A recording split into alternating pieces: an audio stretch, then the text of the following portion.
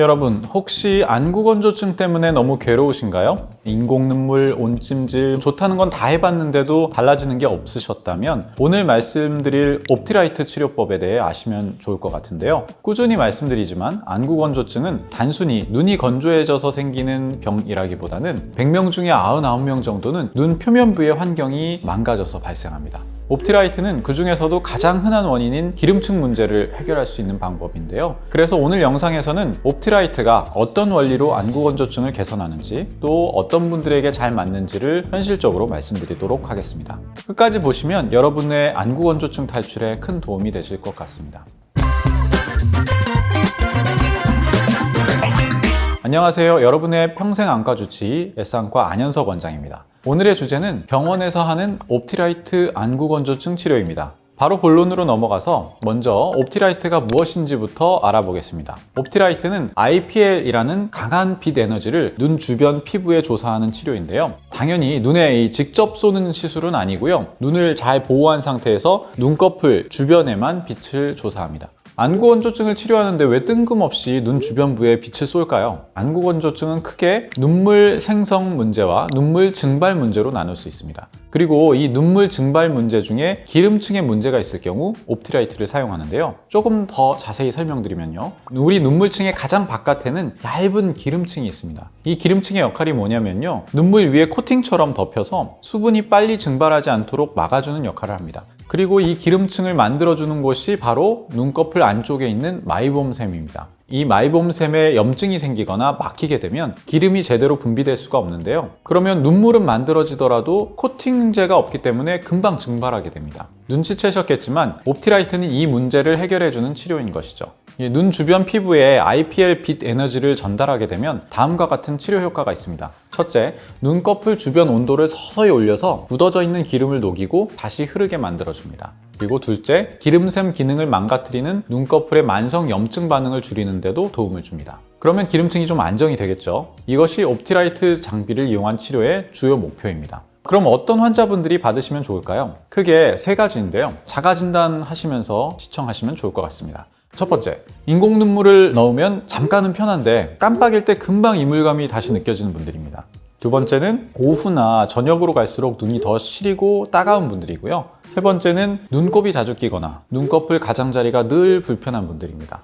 이 세 케이스의 상당수가 마이봄샘이 막혀 있거나 기름이 제대로 나오지 않는 기름샘 기능 이상이거든요. 이런 분들은 옵티라이트 치료를 꾸준히 받으시면 신세계를 체험하실 수도 있습니다. 제가 과장 없이 말씀드린다고 했으니까 반대로 옵티라이트 단독 치료만으로는 한계가 있는 분들은 어떤 분들일지도 말씀을 드리겠습니다. 우선 눈물 생성 자체가 거의 없는 경우인데요. 예를 들어 눈물 생성을 억제하는 혈압약, 항히스타민제, 항우울제 등을 복용 중이시라거나 류마티스, 쇼그렌 등 자가면역 질환들이 있는 경우 옵티라이트가 아닌 다른 치료법을 권해드리고 있습니다.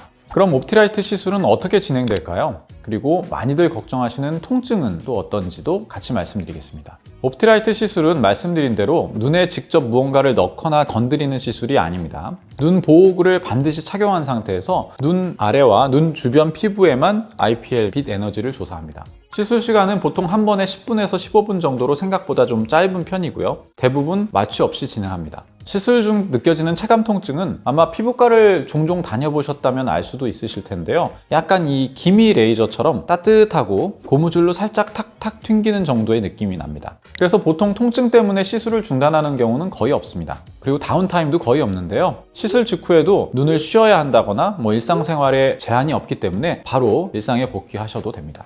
그럼 옵티라이트 치료는 몇 번이나 받아야 될까요?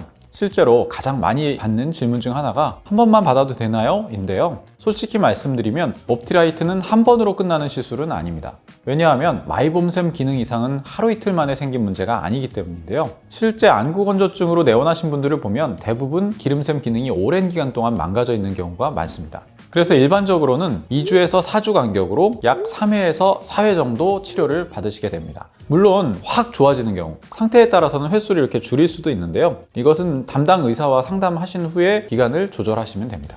다음은 옵티라이트와 다른 안구건조증 치료법을 비교하겠습니다. 안구건조증 치료에는 옵티라이트 말고도 여러 가지 방법들이 있는데요. 대표적으로는 약물치료, 가열치료, 눈물샘 폐쇄술 같은 방법들입니다. 먼저 약물 치료입니다. 안구건조증이 어느 정도 진행되면 눈 표면에는 항상 미세한 염증이 깔려 있다고 보시면 됩니다. 이 염증이 계속 남아있으면 눈물샘도 눈꺼풀도 제 역할을 하지 못하는데요. 그래서 염증을 제거함으로써 눈을 회복시켜줍니다. 다만 약물 치료만으로는 이미 막혀있고 굳어있는 기름생 기능을 되살리지는 못하는데요. 반대도 마찬가지입니다. 염증이 있으면 옵티라이트의 체감 효과가 낮아질 수가 있겠죠. 그래서 옵티라이트와 병행해서 치료하는 경우가 많습니다.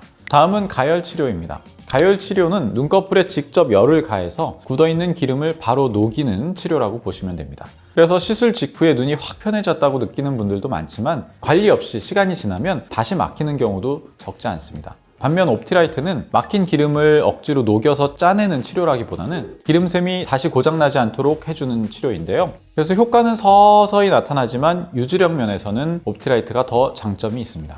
마지막으로 눈물샘 폐쇄술입니다. 눈물샘 폐쇄술은 이미 만들어진 눈물이 너무 빨리 빠져나가지 않도록 유지해주는 치료법입니다. 그래서 눈물량 자체가 적은 분들에게는 도움이 될 수 있지만 기름층이 문제인 환자분들께는 단독 치료로는 한계가 있을 수밖에 없습니다. 혹시 이렇게 말씀드리니까 자가 진단하기가 더 어려우신가요? 그만큼 안구건조증의 원인은 아주 많고 생각보다 치료가 많이 필요한 까다로운 질환입니다. 어떤 게 원인인지 정확히 아시려면 꼭 주변 안과를 들려보시길 바랍니다. 환자분이 빨리 낫고 싶다고 다 받고 싶다면 다 받을 수 있나요? 다 받으실 수 있고 그러시는 경우도 있지만 우선은 진료를 통해서 나의 안구건조증의 주된 원인이 어떤 것인지를 파악하고 그거에 맞게 필요한 치료만을 하는 게 어떻게 보면 더 효율적이고 환자분들에게도 부담이 덜한 치료가 될 수 있겠죠. 마지막으로 꼭 짚고 가야 할 점은 병원 치료가 4라면 일상 관리는 6 정도 된다는 점을 아시는 겁니다. 옵티라이트는 좋은 치료법 중 하나이지만 아무런 일상 관리나 환경 변화 없이 치료만 받는다고 하면 유지력이 낮아질 수 있습니다. 그래서 치료 중에 꼭 장시간 스마트폰이나 컴퓨터를 사용한다든지 건조증을 유발하는 다른 환경들을 막아주시고요. 홈케어, 눈꺼풀 온찜질이라든가 그리고 인공눈물, 점안액 등도 꾸준히 넣어주셔야 합니다. 오늘의 결론입니다. 사실 안구건조증이 있으시다면 혼합형을 포함할 경우 거의 대부분이 눈물 증발 과다형이고 마이봄샘 문제가 있으신 경우가 대부분인데요. 그래서 더 중증이 되시기 전에 옵티라이트 치료에 대해 알아두시면 좋을 것 같습니다. 영상이 좋으셨다면 좋아요, 구독, 알림 설정 부탁드리고요. 다음 안구건조증 영상에서는 다른 치료법에 대해서도 말씀드리도록 하겠습니다. 그러니까 꼭 기다려주세요. 이상 여러분의 평생 안과 주치의 S안과 안현석 원장이었습니다. 감사합니다.